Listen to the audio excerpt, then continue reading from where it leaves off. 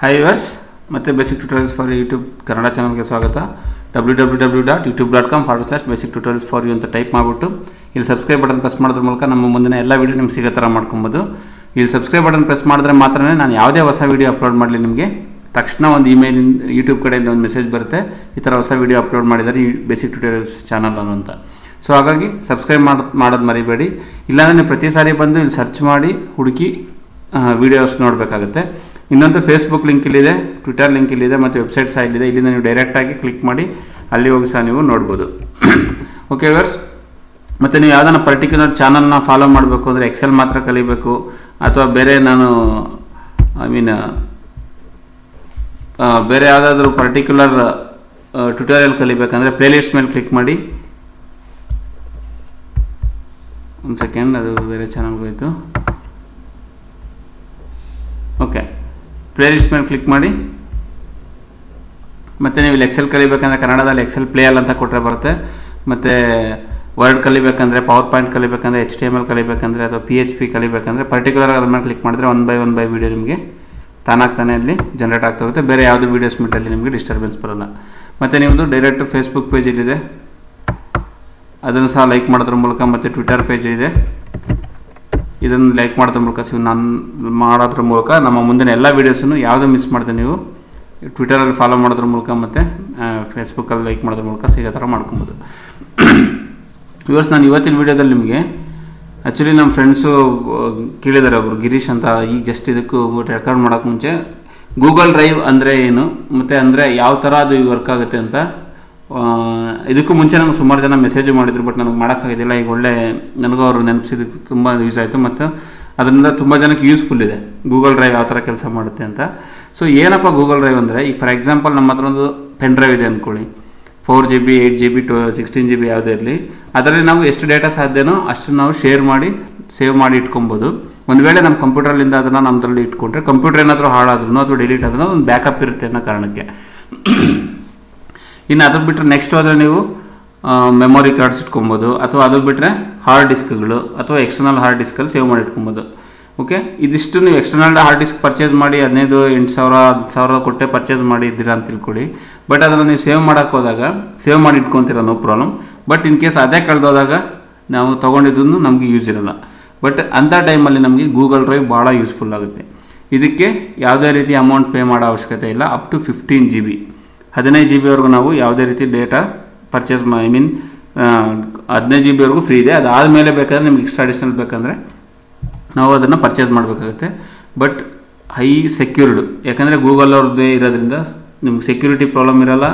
ಮತ್ತು ನೀವು ನಿಮ್ಮ ಫ್ರೆಂಡ್ಸ್ಗಳ ಜೊತೆ ಇಮಿಡಿಯೇಟಾಗಿ ಶೇರ್ ಮಾಡ್ಬೋದು. ಅಥವಾ ನೀವು ಇಲ್ಲಿಲ್ಲ ಅಂದ್ಕೊಳ್ಳಿ, ನಿಮ್ಮ ಹತ್ರ ಕಂಪ್ಯೂಟರ್ ಇಲ್ಲ, ನೋ ಪ್ರಾಬ್ಲಮ್, ನಿಮ್ಮ ಹತ್ರ ಯಾವುದೋ ಸೈಬರಲ್ಲಿದ್ದೀರಾ, ಲಾಗಿನ್ ಆದರೆ ಸಾಕು, ನಿಮ್ಮ ಜಿಮೇಲ್ ಲಾಗಿನ್ ಆದರೆ ನಿಮಗೆ ಗೂಗಲ್ ಡ್ರೈವ್ ಸಿಕ್ಬಿಡುತ್ತೆ, ನೀವು ಅಲ್ಲಿಂದನೇ ಡೌನ್ಲೋಡ್ ಮಾಡ್ಬೋದು. ನೀವು ಕಂಪ್ಯೂಟರ್ ತೊಗೊಂಡೋಗ್ಬೇಕು ಜೊತೆಯಲ್ಲಿ ಅಂತಿಲ್ಲ, ಪೆನ್ ಡ್ರೈವ್ ತೊಗೊಂಡೋಗೋ ಅವಶ್ಯಕತೆ ಇಲ್ಲ, ಹಾರ್ಡ್ ಡಿಸ್ಕ್ ಕ್ಯಾರಿ ಮಾಡೋ ಅವಶ್ಯಕತೆ ಇರೋಲ್ಲ. ಜಸ್ಟ್ ಕ್ಲೌಡಲ್ಲಿರುತ್ತೆ. ನೀವು ಏನೇ ಡೇಟಾ ಸೇವ್ ಮಾಡಿದ್ರು ಕ್ಲೌಡಲ್ಲಿರುತ್ತೆ. ನೀವು ಎನಿವೇರ್ ಎಲ್ಲಿ ಯಾವಾಗ ಬೇಕಾದ್ರೆ ಆ ಡೇಟಾಸ್ನ, ಆ ಫೈಲ್ಸ್ನ, ಆ ವೀಡಿಯೋಸ್ನ, ಫೋಟೋಸ್ನ ಏನಾದರೂ ಇಟ್ಟಿರಿ, ಇಮ್ಮಿಡಿಯೇಟಾಗಿ ನೀವು ಜಸ್ಟ್ ನಿಮಗೆ ಒಂದು ಕಂಪ್ಯೂಟರ್ ಇಂಟರ್ನೆಟ್ ಸಿಕ್ಕರೆ ಅಲ್ಲಿಂದ ಡೌನ್ಲೋಡ್ ಮಾಡ್ಕೊಬೋದು. ಇದು ಗೂಗಲ್ ಡ್ರೈವ್. ಇದನ್ನು ಯಾವ ಥರ ಯೂಸ್ ಮಾಡೋದಪ್ಪ ಅಂತ ಹೇಳ್ತೀನಿ ನಾನು. ಫಸ್ಟು ನಮ್ಮದು ಈಗ ಜಿಮೇಲ್ ಇದೆ ಅಂತ ತಿಳ್ಕೊಳ್ಳಿ. ಓಕೆ, ಈಗ ಜಿಮೇಲಲ್ಲಿ ನೀವು ಇಲ್ಲಿ ರೈಟ್ ಸೈಡ್ ಬನ್ನಿ. ಇದಿಷ್ಟು ಗೂಗಲ್ ಅವರು ಪ್ರಾಡಕ್ಟ್ಸ್, ಸರ್ಚ್, ಮ್ಯಾಪ್ಸ್, ನ್ಯೂಸ್ ಅಂತ ಅವ್ರದ್ದು ಒಂದು ಪ್ರಾಡಕ್ಟ್ಸ್ ಮಾಡಿರ್ತಾರೆ, ಸುಮಾರು ಇದ್ದಾವೆ. ಅದರಲ್ಲಿ ಇಲ್ಲಿ ಡ್ರೈವ್ ಅಂತ ಒಂದು ಆಪ್ಷನ್ ಇದೆ ನೋಡಿ, ಡ್ರೈವ್ ಮೇಲೆ ಕ್ಲಿಕ್ ಮಾಡಿ.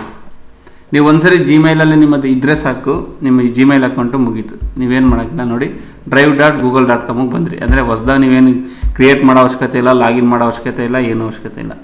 ಓಕೆ, ಇದು ಮೈ ಡ್ರೈವ್ ಅಂತ. ಶೇರ್ಡ್ ವಿತ್ ಮೀ ಅಂದರೆ ಯಾರಾದರೂ ನಮ್ಮ ಹತ್ರ ಶೇರ್ ಮಾಡಿರೋಂಥ ಡೇಟಾ ಏನೇನಿದೆ ಇದಿಷ್ಟಿಲ್ಲಿದೆ. ರೀಸೆಂಟು, ಗೂಗಲ್ ಫೋಟೋಸು, ಸ್ಟಾರ್ ಮಾಡಿರೋಂಥ ಡೀಟೇಲ್ಸು, ಮತ್ತು ಡಿಲೀಟ್ ಆಗಿರೋಂಥವು, ಬ್ಯಾಕಪ್ಸ್. ಇಲ್ಲಿ ನಿಮಗೆ ಗೊತ್ತಾಗುತ್ತೆ, ಜಸ್ಟ್ ಕ್ಲಿಕ್ ಮಾಡಿ ನೋಡಿ. 20MB ಆಫ್ 15GB, ನಾನು ಬರೀ 20MB ಯೂಸ್ ಮಾಡಿದ್ದೀನಿ, ಇನ್ನೂ 15GB ಖಾಲಿ ಇದೆ ಅಪ್ರಾಕ್ಸಿಮೇಟು. ಓಕೆ, ಯಾವುದ್ರಲ್ಲೂ ಬೇರೆ ಡೇಟಾ ಇಲ್ಲ, ಬರೀ ಅದು ಜಿಮೇಲ್ಗೋಸ್ಕರ 20MB ಯೂಸ್ ಮಾಡಿದ್ದೀನಿ. ಇದು ನಿಮ್ಗೆ ಎಲ್ಲಿ ಗೊತ್ತಾಗುತ್ತೆ, ಇಲ್ಲಿ ನಮ್ಮ ಜಿಮೇಲ್ ಒಳಗಡೆ ಕೆಳಗಡೆ ಬಂದರೆ ನೋಡಿ 0.02GB ಔಟ್ ಆಫ್ 15GB. ಅಂದರೆ ಒಂದು ಜಿಮೇಲ್ ಅಕೌಂಟ್ ಕ್ರಿಯೇಟ್ ಮಾಡಿದ್ರೆ ನೀವು ಗೂಗಲ್ ಡ್ರೈವ್ಗಾಗಲಿ,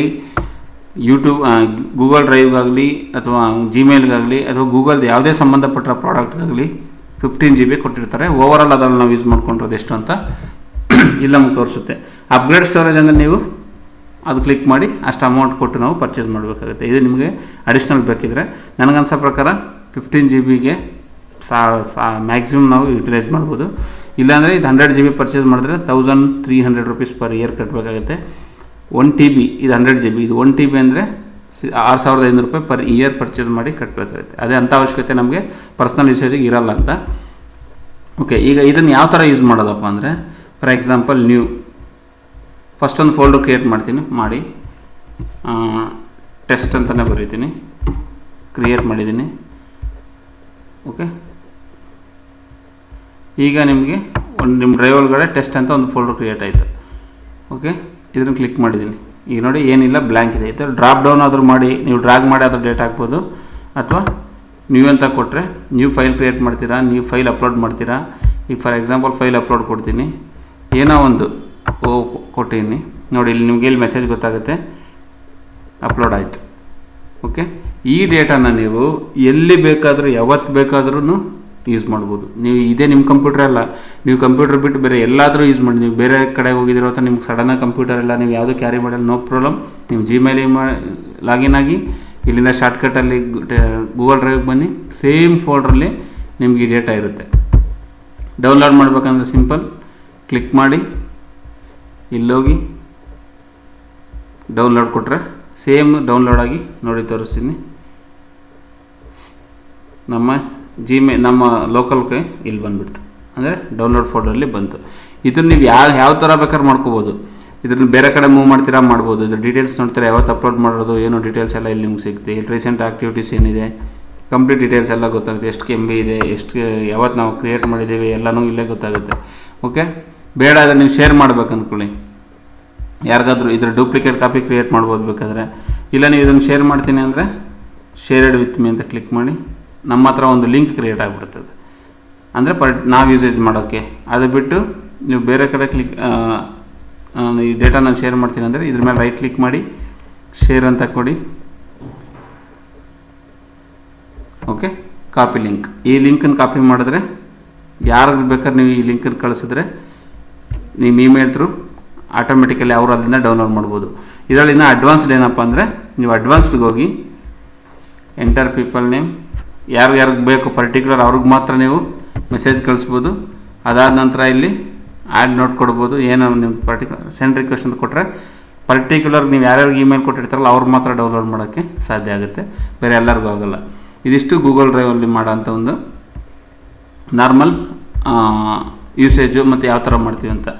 ಇನ್ನು ನೀವು ಶಾರ್ಟ್ಕಟ್ ನೀವು ಆಲ್ರೆಡಿ ಇಮೇಲಲ್ಲಿ ಇರೋದನ್ನು ನೀವು ಮಾಡಬೇಕಂದ್ರೆ, ಈಗ ನೀವು ಯಾವುದನ್ನ ಒಂದು ಡೇಟಾ ನೀವು ಡೌನ್ಲೋಡ್ ಮಾಡಬೇಕಂದಾಗ ನಿಮ್ಗೆ ಆಟೋಮೆಟಿಕಲಿ ಮೆಸೇಜ್ ಬರ್ತಾ ಇರುತ್ತೆ.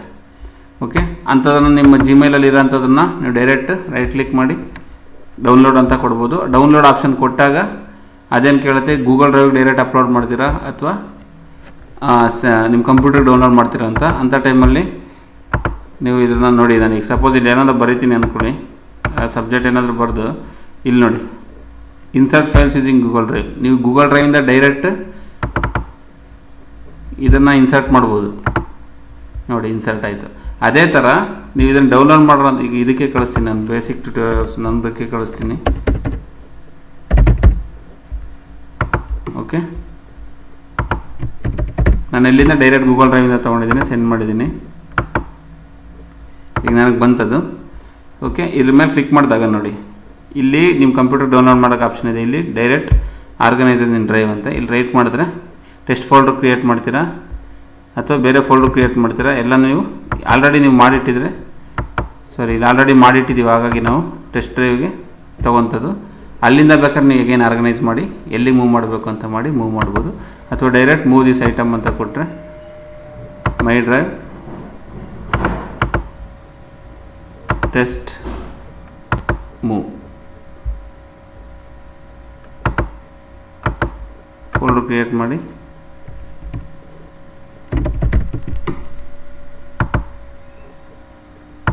ಟೆಸ್ಟ್ ಅಂತ ಮಾಡಿದ್ದೀನಿ. ಮೂವ್ ಇಯರ್ ಅಂದರೆ has been move to test drive. ಬೇಕಾದ್ರೆ ನೋಡಿ ಇಲ್ಲಿ ಟೆಸ್ಟ್ ಒಳಗಡೆ ಈಗೇನು ಸೇಮ್ ಫೋಲ್ಡ್ ಟೆಸ್ಟಲ್ಲಿ ಟೆಸ್ಟ್ 2 ಅಂತ ಒಂದು ಫೋಲ್ಡರ್ ಇದೆ, ಅದೇ ಡೇಟಾ ಇಲ್ಲಿಗೆ ಬಂತು.